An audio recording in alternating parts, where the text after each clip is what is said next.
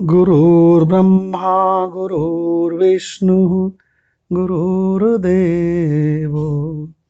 महेश्वरः गुरुः साक्षात् परं ब्रह्म तस्मै श्री गुरुवे नमः। स्वर्ग में एक विशाल सभा हुई जिसमें सारे ब्रह्मांडों के, ऋषि लोक के, मुनि लोक के, धरती लोक के और देवलोकों के तमाम बड़े बड़े लोग आए। और वहाँ पर टॉपिक क्या था कि अमृत क्या है, सच्चा अमृत कौन सा है, ये टॉपिक था। तो उसी पर यह मंत्र है शास्त्रों का, अब्धो विधो। अब अब्धि माने होता है सागर, विधु माने होता है चंद्रमा, है ना। अब्धो विधो वधुमुखे फणीनां निवासे स्वर्गे सुधाम इति विबुधा कवयो वदन्ति क्षारात् क्षयात् पतिमृतेः पतनात् भयात् कंठे सुधा वसति वै भगवत जनानाम। इसके अर्थ को ध्यान से सुनिए, आपकी बाँछें खिल जाएंगी। कभी इतना सुंदर एनालिसिस नहीं सुना होगा जैसा इस मंत्र का है। अब्धौ, उस पूरी सभा में एक जने खड़े हुए, एक ब्रह्मांड के आए थे, बोले सागर से निकला था अमृत, इसलिए अब्धौ में है। अब्धौ माने क्या होता है? अब्धि माने होता है सागर, तो कहते हैं सागर में अमृत है। नोट कर लिया गया भाई। दूसरे जने उठे, उन्होंने कहा नहीं जी नहीं, विधो, चंद्रमा में अमृत है। विधि चंद्रमा में अमृत है। विधु माने चंद्रमा, चंद्रमा में अमृत है विधो। तो कहने लगे कैसे? तो बोले कि ये जितने भी गेहूं, मक्का, धान, जितने भी खाने पीने का जो जीवन अन्न है, इनमें सब में जो अन्न बनता है ना, जो अन्न बाली में भर जाता है, वो इसी चंद्रमा के कारण, इसलिए ये अमृत है, शीतलता देता है, ये अमृत है। नोट कर लिया गया भाई इनका भी पॉइंट। फिर तीसरे लोगों से पूछा गया, तो जो देवता लोग थे, जो भोगी लोग थे, जिन लोगों के, उनने सबने डिसाइड किया नहीं भाई, सुंदरी के वधुमुखे, वधुमुखे, सुंदरी में, उसके होठों में, उसके मुख चंद्र में, उसमें अमृत का वास है। कामी लोगों ने ये बताया, इनका भी पॉइंट नोट कर लिया गया। फिर कुछ लोगों ने कहा नहीं, तुम तीनों गलत हो, फणी नाम निवासे। फणी माने क्या होता है? सर्प। नागलोक में अमृत है, ये अगला मत आया, ये भी नोट कर लिया गया भाई। इसके बाद अगला मत आया, उन्होंने कहा नहीं नहीं, तुम सब गलत हो, स्वर्गे सुधाम इति विबुधा। विबुधा, बुधा नहीं, बुद्धिमान नहीं, विबुधा, बहुत ही उत्कृष्ट लोगों ने ये बताया है, स्वर्गे, स्वर्ग में सुधा, सुधाम माने अमृत, स्वर्ग में अमृत है, इति माने ऐसा। कवयो वदंती, बड़े बड़े विद्वानों ने कहा है, इनका भी मत नोट कर लिया गया। तो निर्णय कैसे हो? उन्हीं सबके बीच में एक ब्रह्मनिष्ठ महात्मा बैठा था, उसने कहा सुनो सुनो सुनो, अब्धौ किसने कहा था? उठ के खड़ा हो जाए जरा। तुमने कहा था सागर में अमृत है। अरे मूर्खाधिराज, क्षारात मंत्र की 5वीं लाइन देखिए, क्षारात, सागर में तो नमक ही नमक भरा हुआ है, जो उसका पानी पीता रहे वो मर जाएगा, उसमें अमृत कैसे हो सकता है? सब लोग बोले साधो साधो, और उससे कहा गया बैठ जाओ, वो बैठ गया।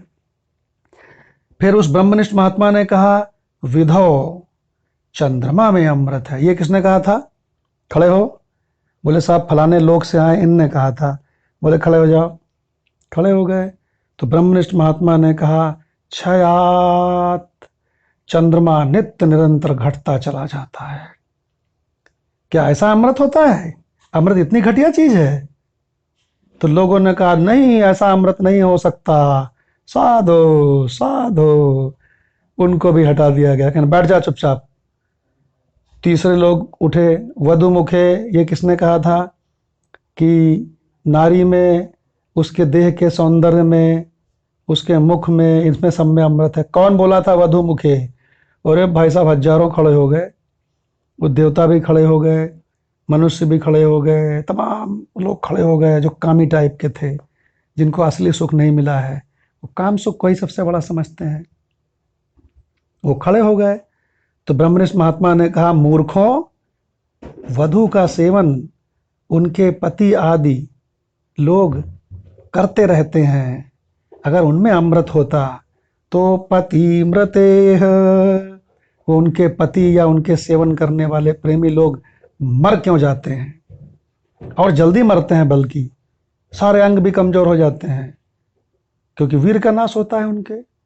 तो पति मृतेह, तुम सारे मूर्खों की, जो हजारों खड़े हो ना, सारे मूर्ख लोग बैठ जाओ। सबने कहा साधो साधो। उन्होंने भी स्वीकार किया, हम गलत हैं। उसके बाद कहने लगे, फणीनाम निवासे, ये किसने कहा था कि नाग में अमृत है, सर्पों में अमृत है? किसने कहा था? तो कहने लगे, अरे वो नागों में अमृत है, ये जिसने कहा था खड़े हो जाएं, सब लोग खड़े हो गए नाग वाले। तो उन्होंने कहा, मूर्खों, नाग में अमृत है, सर्पों में अमृत है, जिसको वो काट लेते, नाग को देखते ही भय होता है, भयात, और वो जिसको भी एक बार डस लेते हैं वो मर जाता है। उसमें अमृत हो सकता है भला? सब लोगों ने कहा, नहीं हो सकता है, साधु साधु, नहीं हो सकता है। तो उसके बाद उनको भी बैठा दिया कि बैठ जाओ। फिर कहने लगे, स्वर्गे सुधाम, ये किसने कहा था कि स्वर्ग में अमृत होता है? खड़े हो जाओ। बोले साहब, ये सारे लोगों ने कहा था, ये सैकड़ों लोगों ने। तो बोले, अच्छा, स्वर्ग में अमृत होता तो परब्रह्म परमात्मा अवतारों के रूप में आकर के, कृष्ण के रूप में आके गीता में ये क्यों कहते कि स्वर्ग से पतन होता है? स्वर्ग को अपना लक्ष्य मत बनाना, स्वर्ग घटिया चीज है। अगर वो अमृत होती तो ऐसे क्यों कहते भगवान? क्षीणे पुण्य मर्त्यलोकम विशंति, ऐसा क्यों कहते? सब लोगों ने कहा, साधो साधो पतनात भयात।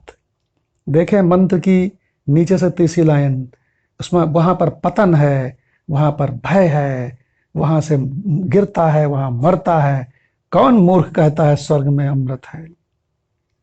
फिर ब्रह्मनिष्ठ महात्मा कहता है, सब जनों का मत हो गया, अब मुझसे सुनो, मैं तुमको बताता हूं कहां अमृत है। लास्ट की दो लाइन देखिए, कंठे सुधा बसती वै भगवत जनानाम, जो भगवान के उत्कृष्ट भक्त हैं, परा भक्त हैं, कंठे सुधा वसती, उनके कंठ में अमृत है, उनके गले में अमृत है। वो बताते हैं कि अमृत कहाँ है। अपना आत्म स्वरूप ही अमृत है, जो ना आता है ना जाता है। 24 घंटे भी जागने वाला संसार नहीं रहता, ये जाता है। 24 घंटे भी सपने का संसार नहीं रहता, ये जाता है। 24 घंटे भी गहरी नींद का संसार नहीं रहता, ये भी जाता है। ये सब आते जाते हैं। अगर कोई आता जाता नहीं है तो दृष्टा चैतन्य आत्मा असली मैं, ये भगवत स्वरूप वस्तु है, यही देह में मौजूद है, ये असली अमृत है। सभी में जो परमात्मा का वास है, आत्मा के रूप में, जो सबका असली मैं है, सबका स्वरूप है, ये अमृत है। सारे लोगों ने कहा, साधो साधो, यही वेदों का मत है, यही अवतार राम का मत है, यही कृष्ण का मत है, ये असली अमृत है। कंठे सुधा वसती वै भगवत जनानाम, इसीलिए कहते हैं सतगुरु सत्संग, जो उपनिषदों का रहस्य बतावे, जो कृष्ण की गीता का रहस्य बतावे, राम की गीता का रहस्य बतावे, जो योग वासिष्ठ महारामायण का रहस्य बतावे, जो अष्टावक्र गीता अवधूत गीता का रहस्य बतावे, उन्हें मालूम है। ऐसे टॉप क्लास पराभक्त जैसे रमण महर्षि, जैसे उड़िया बाबा, जैसे विवेकानंद जी, ऐसे टॉप क्लास महात्मा जैसे वशिष्ठ जी, पराशर जी, सुखदेव जी, ब्रह्मा जी, नारायण, जैसे परंपरा चली आई है, इनको मालूम है कहाँ अमृत है। ये असली अमृत है, ये असली अमृत है। तुम असली अमृत हो, पहचानो अपने आप को।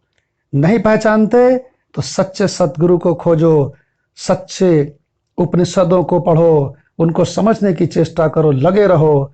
अगर इसे तुम पहचान गए तो तुम्हारा नर या नारी का ये जीवन धन्य हो गया।